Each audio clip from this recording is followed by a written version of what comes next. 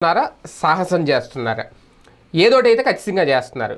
ఎందుకు అంటే నిజంగా ఇప్పుడున్న పరిస్థితుల్లో జగన్మోహన్ రెడ్డి గారు చేసేది ఒక అతిపెద్ద సాహసం అని చెప్పాలి. లేదు అంటే ఒక ఎక్స్పెరిమెంట్ కూడా చేస్తున్నారు. ఏంటి అంటే ఒక నాయకుడిని నమ్మితే కంటిన్యూగా ప్రజలు, ఆంధ్రప్రదేశ్ ప్రజలు ఆయనకే పట్టం కడతారా? మాట మీద నిలబడిన ఒక నాయకుడికి, ఇచ్చిన మాట తప్పకుండా హామీలు అమలు చేసి పేదవారి అభ్యున్నతికి పాల్పడిన ఒక నాయకుడికి మళ్ళీ వరుసగా పట్టం కడతారా? లేదు ఇంతకు మించి ఎక్కువ ఇస్తానని ఆశ చూపించిన నాయకుడి వైపు వెళ్ళిపోతారా? ఒకసారి చూద్దాం అనేది ఒక ప్రయోగం ఒక రకంగా.